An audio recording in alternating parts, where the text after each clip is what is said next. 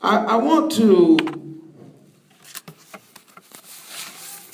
show you something in the text today. I was trying to do a short, quick message.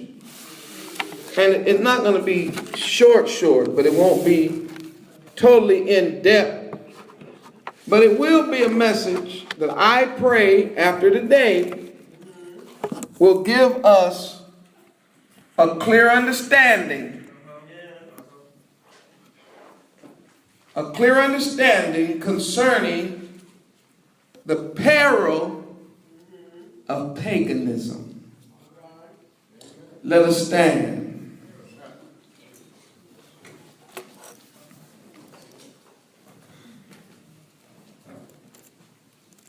In the book of Deuteronomy, chapter 12,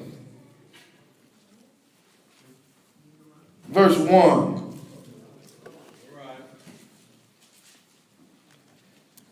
These are, wait a minute, not what other people say.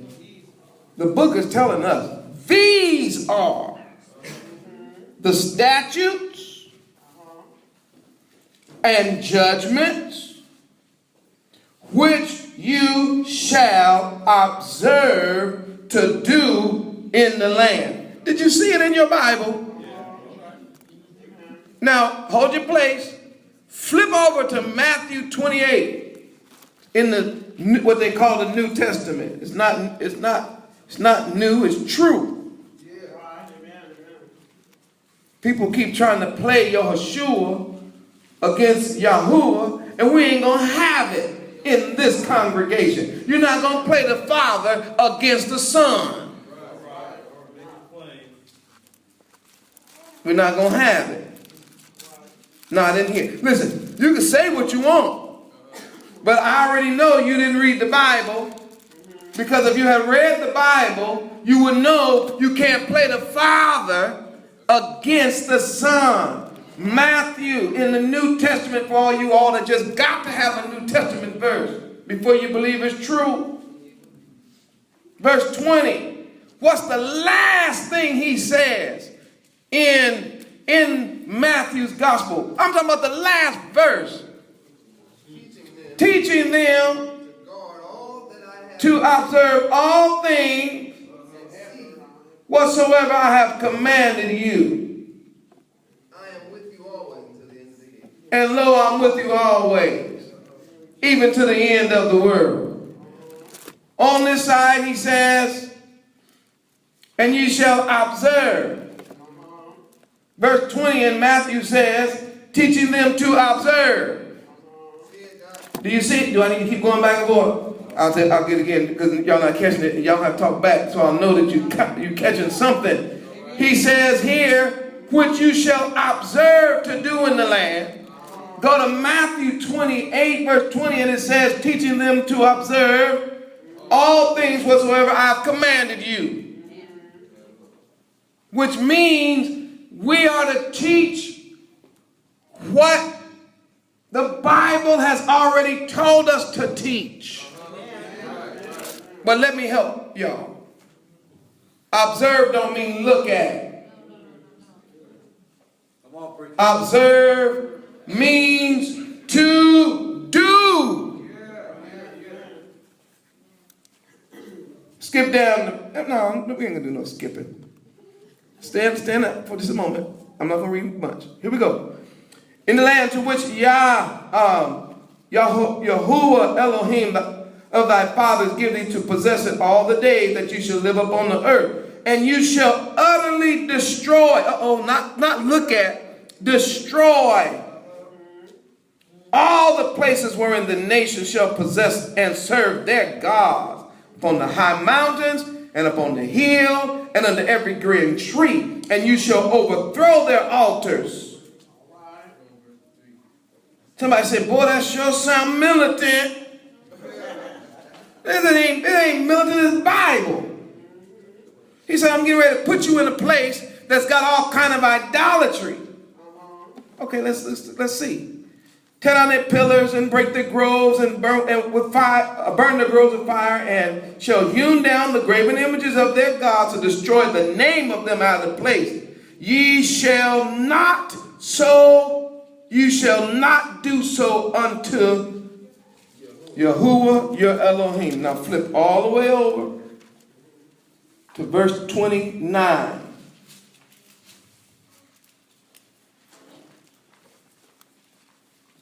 When Yahuwah thy Elohim shall cut off the nations from before you, whether thou goest to possess them, and thou succeedest them and dwell in their land. In other words, when you do get to where you're going, and you see that my word is true, and you end up exactly in the place I tell you that you're going to end up, this is what saith Yah.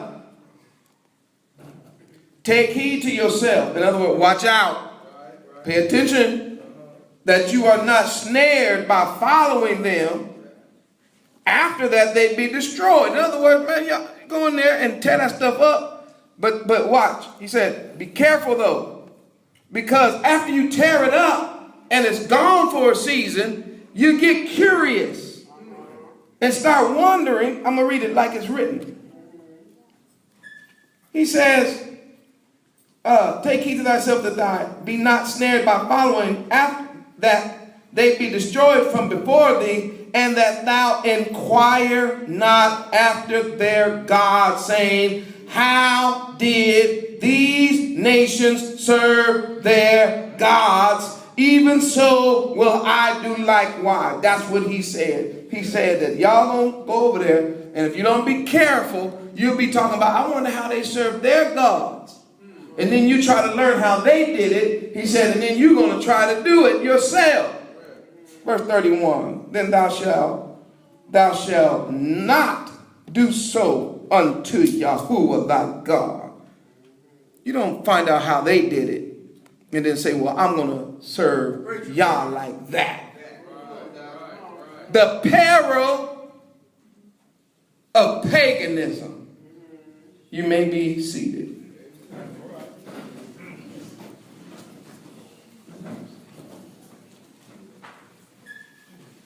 He said, verse 31,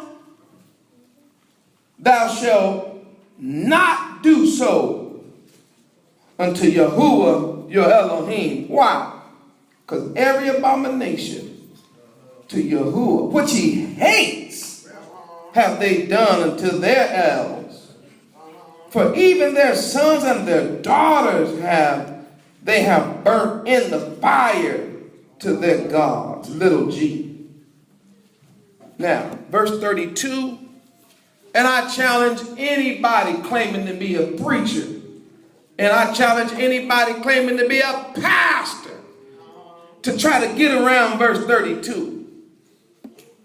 What thing soever I command you, observe to do it. Hold on. Our Father said, our Heavenly Father made a powerful statement here. He said, whatever thing I command you, if I command you to do something, that's what I said. Observe it to do it. Look at it, listen to it, so you will do it, so you know how to do it. Y'all better stay with me here. Thou shalt not add thereto, nor diminish from it.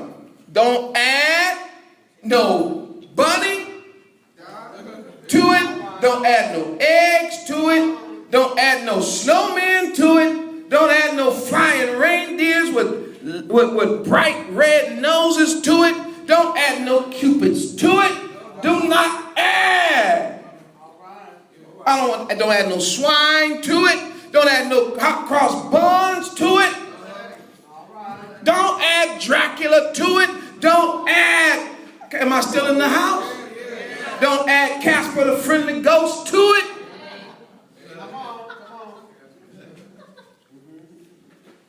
Am I still in the house? The peril of paganism. What we have going on today in the Christian church, as well as others, because there's even some Hebrews who have decided that they want to mix in some Egyptology along with their Hebrew beliefs. I got a word for them. We already fought that battle. Egypt lost. And every one of their gods lost. And Yah didn't have to pull out his mighty men to fight you either. He whooped you with flies and frogs and caterpillars and lice. So don't even come talk to me about no Egyptology when you got whooped by insects. Don't add that to our study. We study the Torah, and you know what? I'm going to go on and help some people. Because I heard something that disturbed me. Somebody said, y'all believe the Torah? We believe the Bible. I don't call nobody stupid. But that's got to be the stupidest. Is that a word? Did I make up a word just now? Torah is the teachings of the Bible. You do study Torah if you study in the Bible. I didn't say nobody was stupid. I said that's the stupidest. I'm studying, y'all studying the Torah. What you studying? The Bible. It's a shame. The peril of paganism is that, number one, it ensnares you. Go with me to verse 30. Take heed to yourself, that thou be not snared by following them. When you get to Plymouth, you're going to be in places where folk worship other gods. You don't get snared. Wait, hold on. New International Version says, and I don't even like this version. Now, after they have been destroyed before you, who? The pagan idols. Be careful not to be ensnared by inquiring after their gods, saying, how do these nations serve their gods? We'll do the same. The New Living Translation says it like this. Do not fall into the trap of following their customs and worshiping their gods.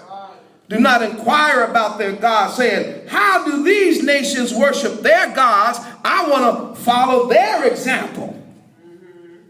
The English Standard Version says like this. We're going to try to get some understanding. Take care that you be not ensnared to follow them idols, after they've been destroyed before you. Wait a minute. We done already, oh my goodness. I whooped every god Egypt had. Then y'all getting ready to get into the promised land. I whooped every god that Canaan had. So I just clear out a way for you to worship me and put my name there. You're going to go back and try to find out how did these nations serve their gods, that I also might do the same.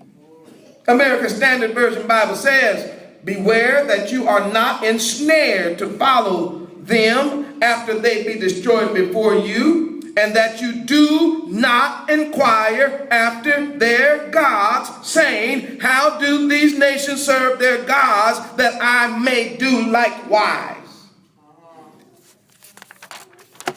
The Holman Christian Standard Bible says, be careful not to be ensnared by their ways after they have been destroyed before you. Do not inquire about their gods, asking, how did these nations worship their gods? I'll also do the same.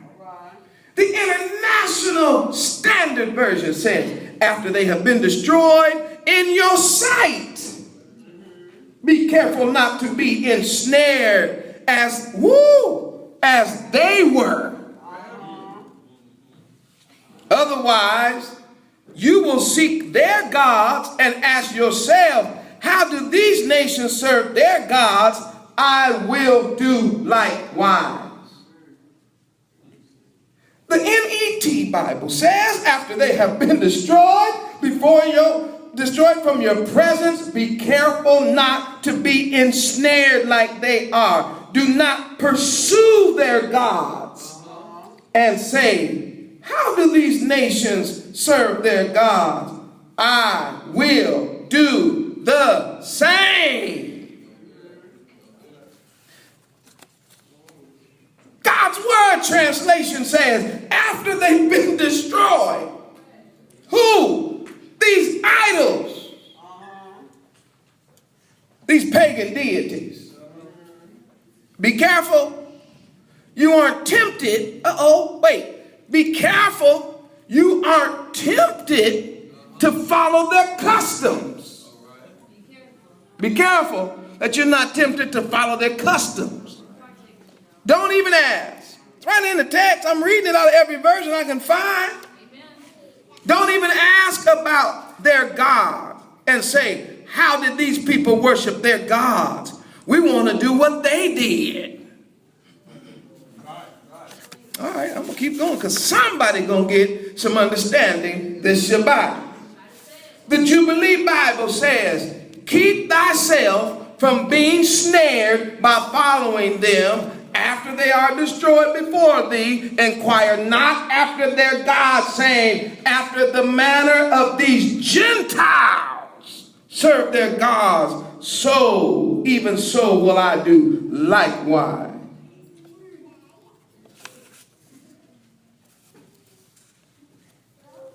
The Dewey Rhymes Bible says, beware lest thou imitate them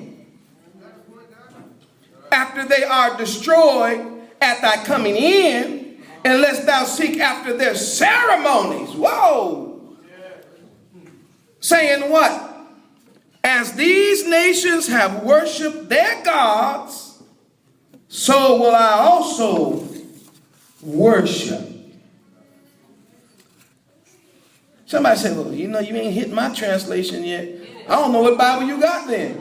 Webster's Bible translation says, take heed to thyself that thou be not snared by following after them, after that they are destroyed before thee, and that thou inquire not after their gods, saying, how do these nations serve their gods? Even so will I do likewise. One more. Young's literal translation. Take heed to thee, lest thou be snared after them, after their being destroyed out of thy presence, and lest thou inquire about their gods, saying, how do these nations serve their gods? And I do so, even I. Did you catch my point, Zion? As I labored through several translations of the Holy Manuscript, that tried to drive home a single point, is that when you find yourself in the midst of a people that are worshiping idolatry, or in context, when you get in the land, it's going to be already some Canaanites. They've got a well-established religion, but I'm going to wipe them out to show you I'm all that you need to have. When they get wiped out, don't you go re-digging their dead bones. Don't you go be researching all of the ways they worship their God, saying, I want to worship my God like that. Oh, wait a minute. Why not? I ain't got time. But you keep reading this text, going into the next chapter, he starts to tell you why. He said, because you're going to have some folk in the midst of you talking about, I done dreamed some dreams. I done seen some visions. And the next thing you know, you're going to find yourself following after these people worshiping these gods, little g, that I've already destroyed, and then I'm going to have to destroy you. Why? Because if I'm destroying them for following this foolishness and this idolatry, then if you start doing the same thing and worshiping the same gods and following the same practices, then your day of judgment is coming. I'm going to send somebody in to take you out, just like I sent you in to take them out. If I made something plain and understandable in this room, can I at least get a half of an amen?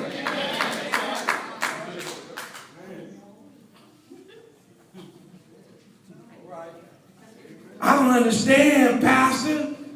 Why are you so animate against Easter, Christmas and stuff? What is the big deal? What's the big deal? To me, personally, I don't care what you do. Let's just put that out right now. If your thing is following after, you want to bow down to a caterpillar in the middle of the street and you want to prove your faith that you ain't going to get hit by a car, that's your business. Go on out there. Caterpillar, first Caterpillar Church in Fresno. Go on out there. I don't care. You get that? It ain't about what I think and what I feel. Y'all don't like it. It's about how he has already spoken on it. Yeah, don't you? Wait a minute, hold on. If I didn't write about it, and if it's not something I told you to do, every parent in here had that conversation with their child. And you act like y'all can't have that conversation with you. All right. That's right. My friend's over there doing such and such. And y'all already know what you're going to say. Wait a minute, hold on. Your friend don't run this house? Matter of fact, your friend's mama and daddy don't run this house. This is my house. You guys will say that in a minute. But then when the Most High say it, you say, oh, no, that don't apply to me. I'm going to keep reading because I want you to see something. Right. Name my sermon, once again, is the peril. Not the pearl, like you wear around your neck. The peril of paganism. The word means danger, threat, hazard, liability of paganism. What is so hazardous, so dangerous about paganism? Because what they tell us is, it's cute. It's for the children. It's just fun and game. Well, the problem with paganism is that the Holy Manuscript says, watch this, it's an ensnare. Did you hear me say the word about 20 times as I went through, reading all those different translations? And I don't know if you know what ensnare means, but the word means to entangle. It means to trap. It means to catch. It's a trap. What is the peril of paganism? It's a trap. Hold on. What's the Hebrew word? The Hebrew word is nakash. Nakash. Nun. Kof. Shin. And the word means, literal meaning of nakash, means to hit, to knock, to strike, and to bring down. It comes with the idea or a primitive root of a hunter who has set up a beautiful, attractive trap in order to catch the bird, that he might smack it, hit it, and kill it with a club or with a stick. It means to strike. to hint, to bring down. Pastor, I don't understand. It's just for the children. Preacher. You're going overboard. Am I going overboard with the definition of ensnare that's in the manuscript? The word, now watch this, is translated several times to hit, to slay, to kill, to entrap for the purpose of killing. Watch this. In this particular verse, the Hebrew word is used to mean to be thrust through, to be impaled. This is a trap that kills you by sticking something right through your heart. Don't, watch this. Oh my goodness gracious. I don't understand the problem. I don't understand why y'all so animate. Because my pastor said ain't nothing wrong with it. Everybody preaching ain't a pastor. Everybody standing behind a pulpit was not called by the Most High Yah. So guess what? They don't care if you get in a trap that kills you. As long as you show up and put some nickels in that offering plate. But I'm not of that sort. I'm not cut out that cloth. As a pastor, it's my job, it's my obligation to tell the people if I see a trap or a snare that's going to impale their heart and kill them and doom their soul to hell, it's my job to tell them that's a trap. The little bird don't see nothing but free food. The little bird see corn that just came out of nowhere. He ain't got to go hunt it down. He don't have to fly all across the world. It's a whole bunch of corn. It's just right there. It just appeared overnight. Look at the different colors. And the old wise bird said, hey man, I lost a grandpa like that. I lost a cousin like that. I ain't going up, man, no. Hey, I might not know everything, but that young bird is a trap. They always tell you when they go hunting, the hardest animals to catch most of the time are the experienced ones. That's why you got to put on so much camouflage. And are y'all in here with me? I know hunters trying to get the big buck. They not only put on camouflage clothes, but camouflage glasses, camouflage cell phone, camouflage knife. Trying to blend in because that old wise buck is already seen that orange vest. He know what's happening. He getting out of there. Them young bucks with them little horns, man, they don't know what that is. They think that's just free fodder, free food, sitting out in the middle of nowhere and how to get there. No, let me tell you something. Let me tell you something about y'all. The pastors know, I keep telling you they know that this is pagan. Well, I tell you, they don't care if you die. Because the end of paganism is death. The end of the trap is hell. It's a snare. That's all I'm trying to say something. It's a trick, y'all. Say, wait, what's the trick? That bunny. You see that big old bunny that's a trick. And they got those eggs and they're saying, come here, little kids. Come here. Get some eggs. Come here, kids.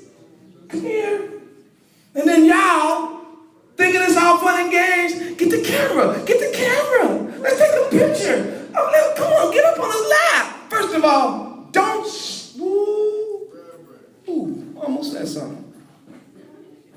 On the Shabbat, I'm going to keep it clean. Don't sit your child on no old man's lap that you don't know. What's wrong with you? Because he put on some kind of suit, a bunny suit, or a Santa Claus suit. You sit your little girl on his lap. What's wrong with you? Talk about tell him what you want. Really? You got your child whispering into some old man's ear, talking about what they want? Preacher. But it's so cute. All right, maybe I'm the only one who won't tell you. But I will tell you, it's a trap. It's a snare. And the whole purpose of a trap and a snare is to hook you, tangle you up, catch you, and kill you. Oh, it's too cute, huh? That's too cute. Pastor, you know what? It's so harmless. It can't do nothing. Talking about Easter and eggs? Come on, Pastor. You so far overboard. I don't even know how to handle this sermon. I'm going to get on the phone right now. Text somebody. You won't believe what my pastor talking about. Here's his trap. Ain't no trap. I'm finna go out and get my eggs right now. I don't care what the pastor says. Shoot, I'm finna have my hot cross bun. Shoot. Matter of fact, I'm finna text my mama. Mama, you got that ham? Service almost out. I got 2 hours before I'm going out to pastor's. I'm just gonna come by and get me a little piece. Then I'm on my way out to pastor's house. It ain't that serious. You know it ain't that serious to you? Because you that little bird. You that young deer. You don't understand a trap when you see it. Most of us men who lived a while, old men try to tell us that that girl was a trap. Old men try to tell us, hey man, that girl is trapping you. We like, oh man, you just jealous that you ain't got swag. You jealous that you can't pull like you used to. And you tell the old man that so much, he gonna say, all right, young man, do your thing then. I tried to warn you. Why? You don't know that the old man has already been trapped. He's trying to tell you about what the trap looked like. But you think it ain't no trap. The only thing is, it's possible to get caught up in the trap and can't get out. Now let's see what the trap is. Oh, Pastor, it's just some jelly beans. It's just hiding a few Easter eggs. Really? That's what it is? No, I'm finna expose it to you. Because once I open it up and expose it to you, you'll see it once for yourself, and hopefully you'll never fall in a trap once the trap has been exposed. See, the way a trap works, the whole design of a trap is for you not to know it's a trap. But once I know it's a trap and I know where the trap is, if I still fall in the trap, that's my fool self.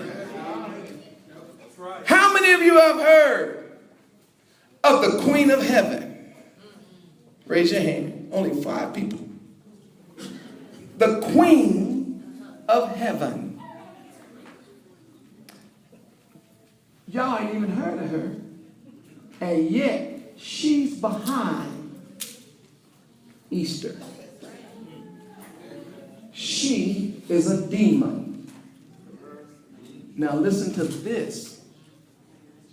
The demon is male,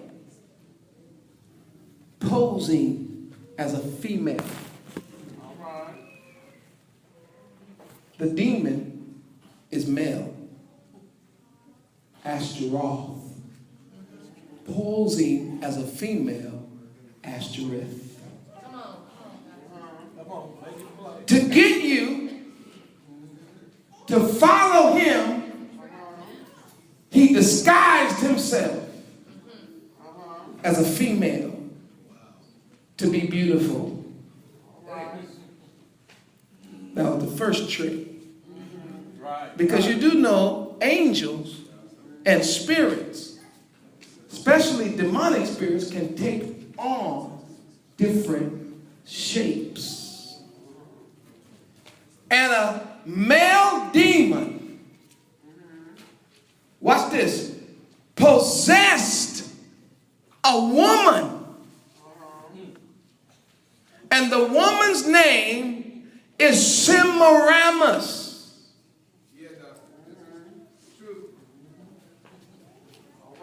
Do y'all know who Semiramis is? See what I'm saying? You don't know the traps. That's my point. Y'all, this is a trap. You thinking about Peter Cottontail. And I'm trying to tell you that it's not Peter Cottontail. It's a demon who has set himself up as the Queen of Heaven. I was telling Mo, I wish I had time to really get into this, because through this religion, you see a whole lot of this. Because that's how he is. That's how this demon is. That's how he operates in that realm. The Queen of Heaven is mentioned in the Bible twice. Y'all got to give me 10 minutes. I'm going to read now. I'm going to read. 10 minutes, if you be so kind. The phrase Queen of Heaven appears in the Bible twice. Both times we see it in the book of Jeremiah. The first incident is connected with the things the Israelites. Wait, who? Oh my goodness. I thought you were going to say Canaanites. You mean the Israelites had been hooked up with this woman before? You mean the Israelites have been ensnared by her before? You mean tell me that today is not the first time that the Israelites have been worshiping the Queen of Heaven? You mean to tell me this is a repeat? They were doing things that provoked the Lord to anger. Entire families were involved in idolatry. The children were gathering the wood. The men were used to build altars to worship these false gods, and the women were engaged in kneading dough and baking cakes for the Queen of Heaven. This title referred to Ishtar, an Assyrian and Babylonian goddess who is called Ashtaroth and Astarte. Yeah.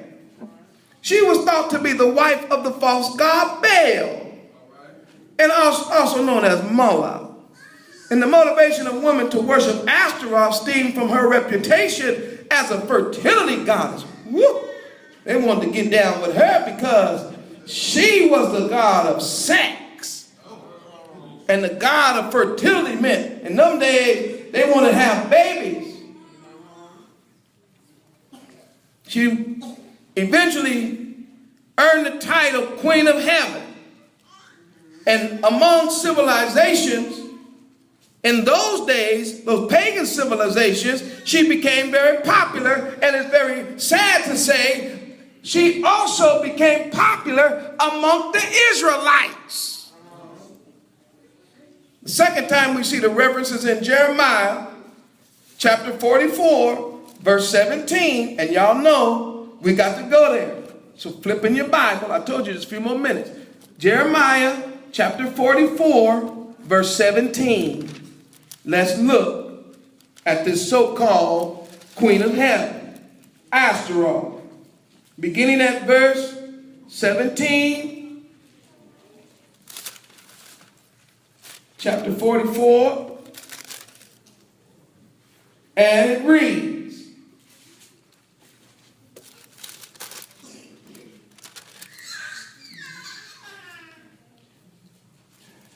I'll start 16. As for the word that thou hast spoken unto us in the name of Yahuwah, we will not hearken unto thee. That's what they told the preacher.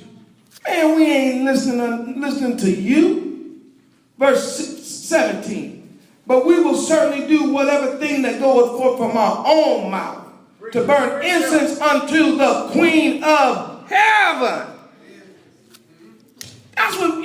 been trying to be kind and trying to tell our friends and family, hey, you do know that's a demon.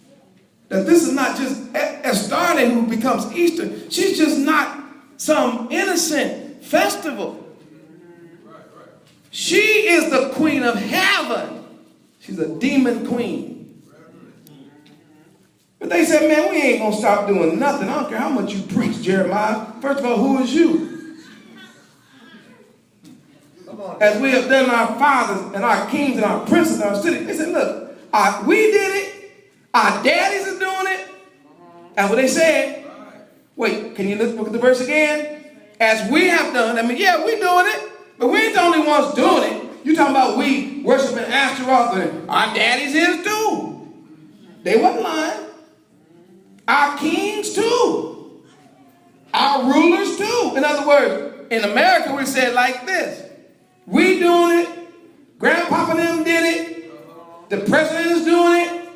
The White House is doing it. The Senate is doing it. Everybody. And you're going to come to us. Then they having it in the cities. We're going to have a big old thing at the courthouse park for the kids. Are y'all still in here? And we had plenty of victuals. That means when we were doing this, we was eating good. And we're well and saw no evil. Verse 18. But since we left off to burn incense to the queen of heaven. Wait, He said, once we stopped doing this to Esther, what happened? We stopped pouring out drink offerings to her. We've been struggling. We ain't got nothing now. We've been consumed by the sword and by famine. And when we burned incense to the queen of heaven and poured out drink offerings to her, we didn't make cakes. We didn't make her cakes to worship her and poured out drink offerings unto her. Wait. They said this. Did we do all this without our men?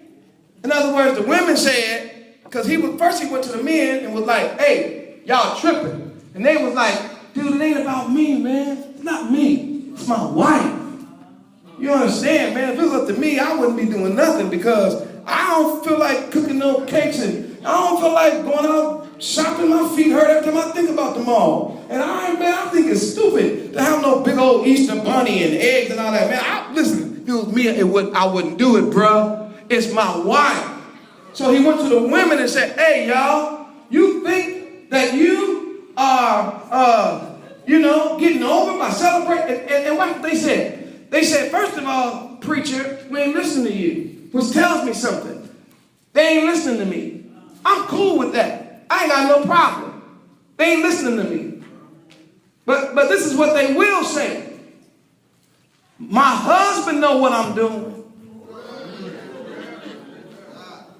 And as soon as they say that, I'm done with you.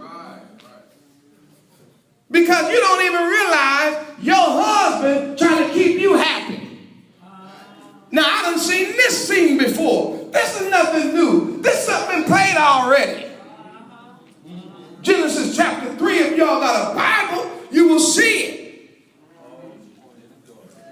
Don't eat the tree. Don't eat this tree right here. Adam wasn't being more paying attention to that tree than the man in the moon. But Eve was looking at it. Then she bit the fruit, listening to the devil. Wait a minute. Then turned around and said, Adam, what's up, baby? Here. Look what you did. Wait, Whoa, girl. Pump your brakes. Watch this. Eve, what happened? The devil got to me. Adam, what happened? The woman you gave me.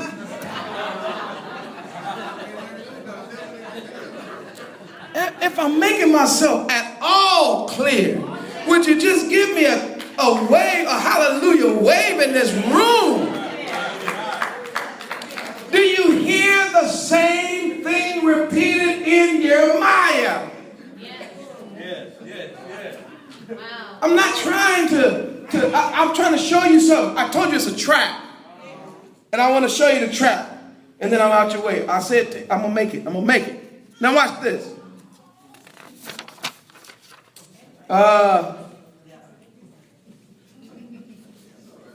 Verse 23 says, because you have burned incense and because you sinned against Yah and have not obeyed the voice of Yah, nor walked in his laws or his statutes, which we already read in Deuteronomy, or in his testimonies, therefore this evil has happened unto you. In other words, it's going to be all bad. After all, is a trap. Easter is a trap to get you on the wrong side of the wrath of Yah. Yeah, that's right. That's right. See, the whole point of Easter is to get you to be on the killing side Preacher. of Yah. Because the devil knows that every idol worshiper will not be destroyed by Satan, but will be destroyed by Yah. So the way to get you into idol worship is by any means necessary. If he got to use Easter eggs, if he has to use snowmen, if he has to use elves, if he has to use Cupid, he don't care what method he uses, just as long as he can get you to worship idols,